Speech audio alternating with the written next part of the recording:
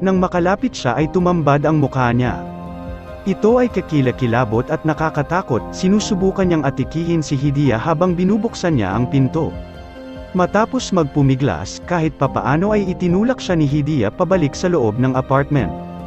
Pero malakas na siya para kumapit sa pinto gamit ang paa niya. Matindi ang pag-aaway nito sa kanya at sinusubukang kagatin siya nang si Hidiya ay kinaladkad ng pinto sa pagitan sila.